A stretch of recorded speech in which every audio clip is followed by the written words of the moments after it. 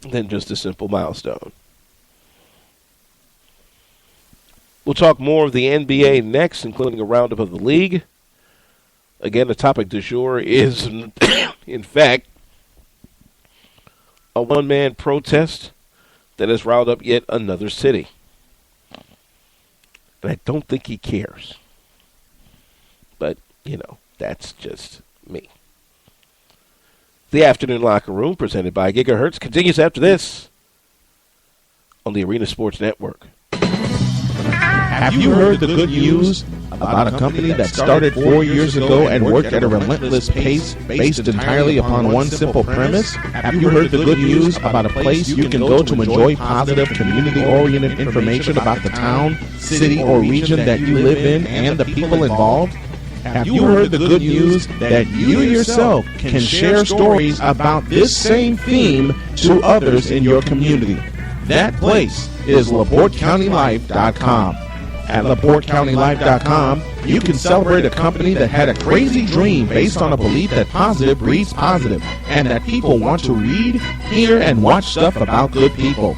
At LaporteCountyLife.com, you can go to a place to enjoy positive, community-oriented information about the town, city, or region that you live in, and the people involved. Want to see more? Want to read more? Want to hear more? Then go to LaporteCountyLife.com. Have you heard the good news?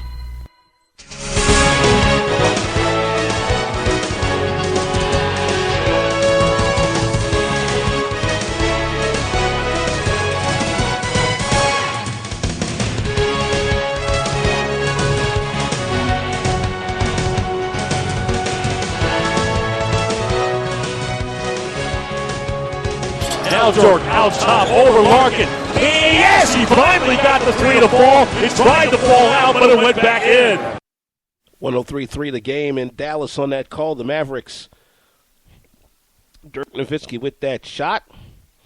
That put him up 57-47 at the time. Final 107-87. The Mavericks knock off the hapless Knicks.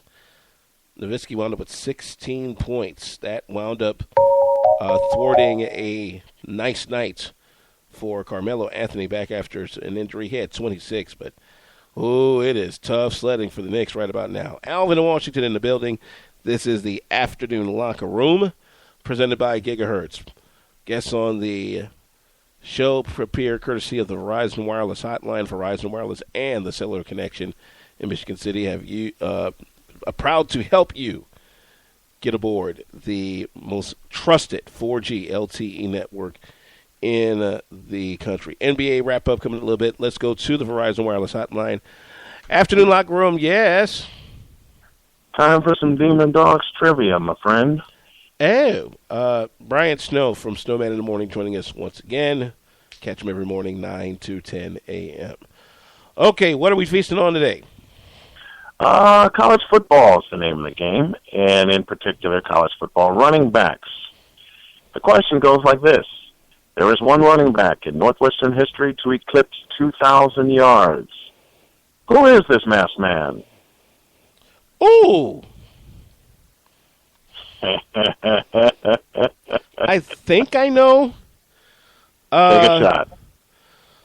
Oh, man. Now, I haven't had a chance to do this in a couple of weeks because you and I both have been running around covering basketball like crazy. But there was a package on the line. Oh, okay. And the package will come courtesy of yours truly and Demon Dogs for the person who can tweet the right answer to either at Arena Sportsnet or at Afternoon Locker. I'll repeat this question in the morning. There is one running back in Northwestern University history to eclipse 2,000 yards. Who is it? I have a strong idea who it is. I'm going to hold off and let the fans use their thinking caps. I'm glad to hear that you're doing better, because I know you were sick for a while battling bronchitis, which is not fun to battle. You think? Sheesh, man. Oh, man. Good to have you back on, dude. Good to have you back on. Yep. And we just got the right answer. And that answer is? Damian Anderson. Oh, I was way off. Year was 2000. He rushed for 2,063 yards, second only to future Hall of Famer LaDainian Tomlinson out of TCU. So we got the correct answer. Good friend Charity Messmer, friend of the show, down in Mishawaka, Indiana, tweeted what's up, tweeted Mishawaka, the right Indiana? Answer. So the folks in the Mishawaka South Bend area, you have a prize package coming, and it's courtesy of Demon Dogs. I got a few other prizes to throw in the package, and I'll be giving away a Christmas prize package on Monday. Sweet. Well, good deal. While I have you here on the phone, just by the way, Brian Snow, Snowman in the Morning, appearing here on the Verizon Wireless Hotline here on the Afternoon Locker Room, presented by Gigahertz. Was just going over this interesting blog that Kobe Bryant did right after he surpassed Michael Jordan on Sunday for number 3 on the NBA charts, and he had mentioned something about playing in what is known as the Futures League in his native Philadelphia. His dad was a legend in the league, and he actually thought about giving up after not scoring a single point for the whole summer until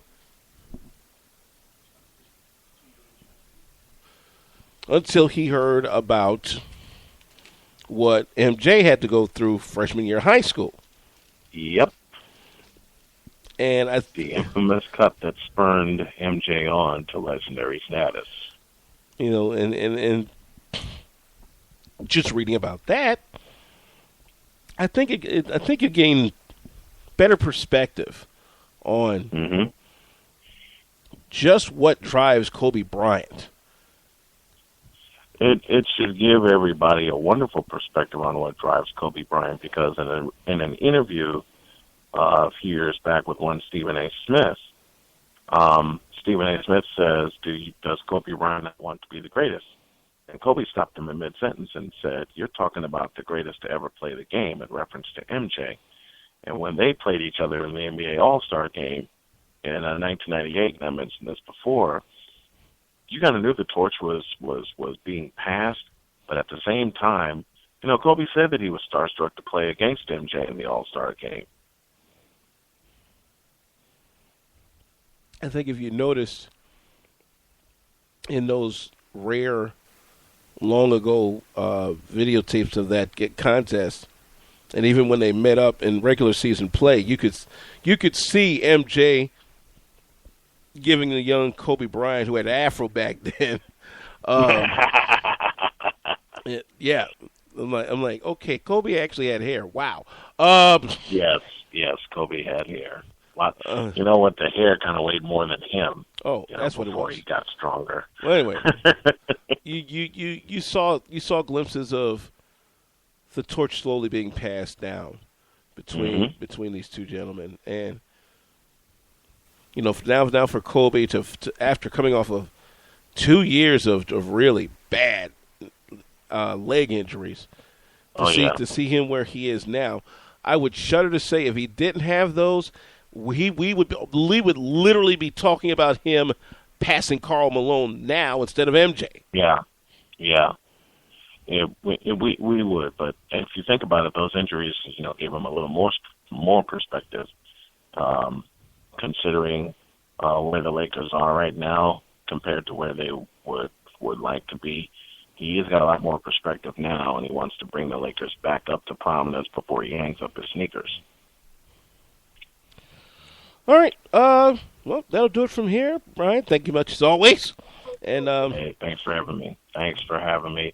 Y'all, please continue to show love for the Afternoon Locker Room. This man's doing a great job for you. Thanks a lot, man. Appreciate it. All right. Brian Snow from Snowman in the Morning joining us here via the Verizon Wireless Hotline, Verizon Wireless, and the Cellular Connection in Michigan City.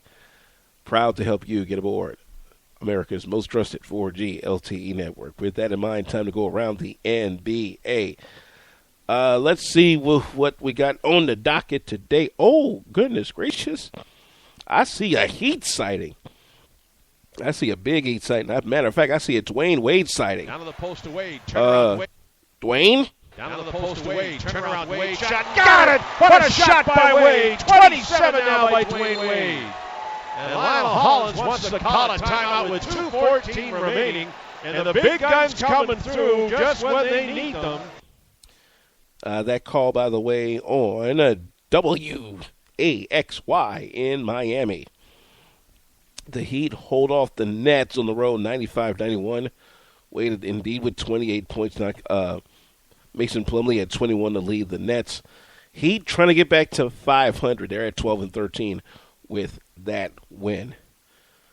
Easing on down the road, the Wizards do their thing in the nation's capital. John Wall at the point.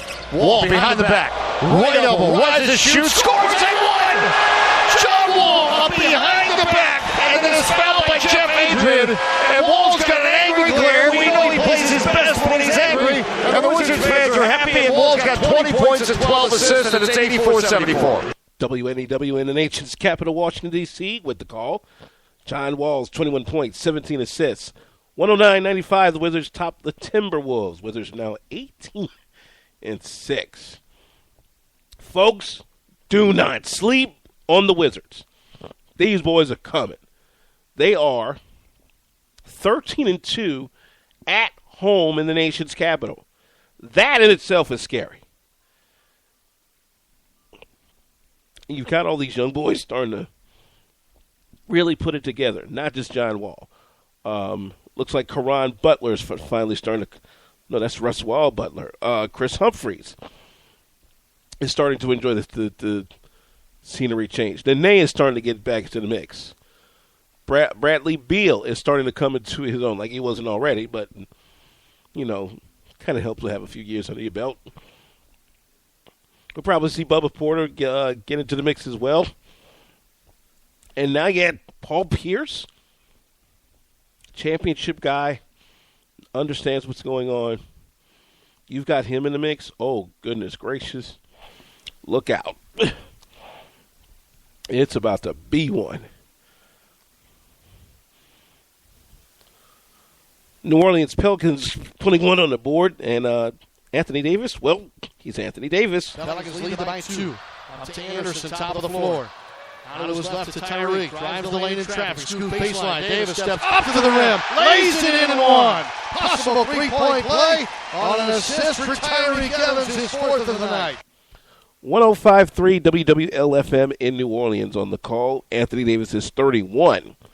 Pushes the Pelicans past the Jazz, 119-111. They are 12-12 on the year, 8-3 at the Smoothie King Center. Davis was one rebound away from a double-double, and in this case a 30-10 performance.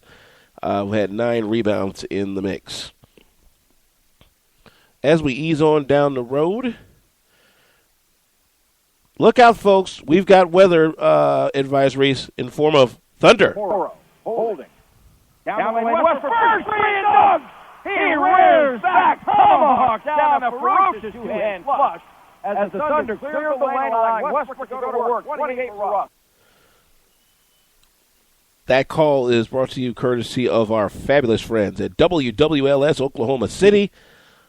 Westbrook goes off for 32. 104-92, the Thunder take out the Kings, who were under their first game with interim coach Tyrone Corbin. Westbrook also had 7 assists. KD had over 20 points in the win. Thunder are roaring back. They're now 12-13 on the year. They are 5-8 away from home. Man, talk about a resurgence when both KD and Westbrook got back on the floor. Fellas was like, yo, come on. As we mentioned at the top of the show, the Grizzlies knocked off the Warriors 105-98. The Grizzlies got 24 game-high points by Marc Gasol. Zebo with 10 boards.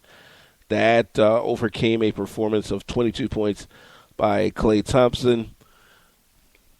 Stephon Curry was held in check, and that was probably the key to this game here. As for the first time in 17 games, an L in the Warriors column there, 21-3. They are a game up on the Grizzlies for best record in the West.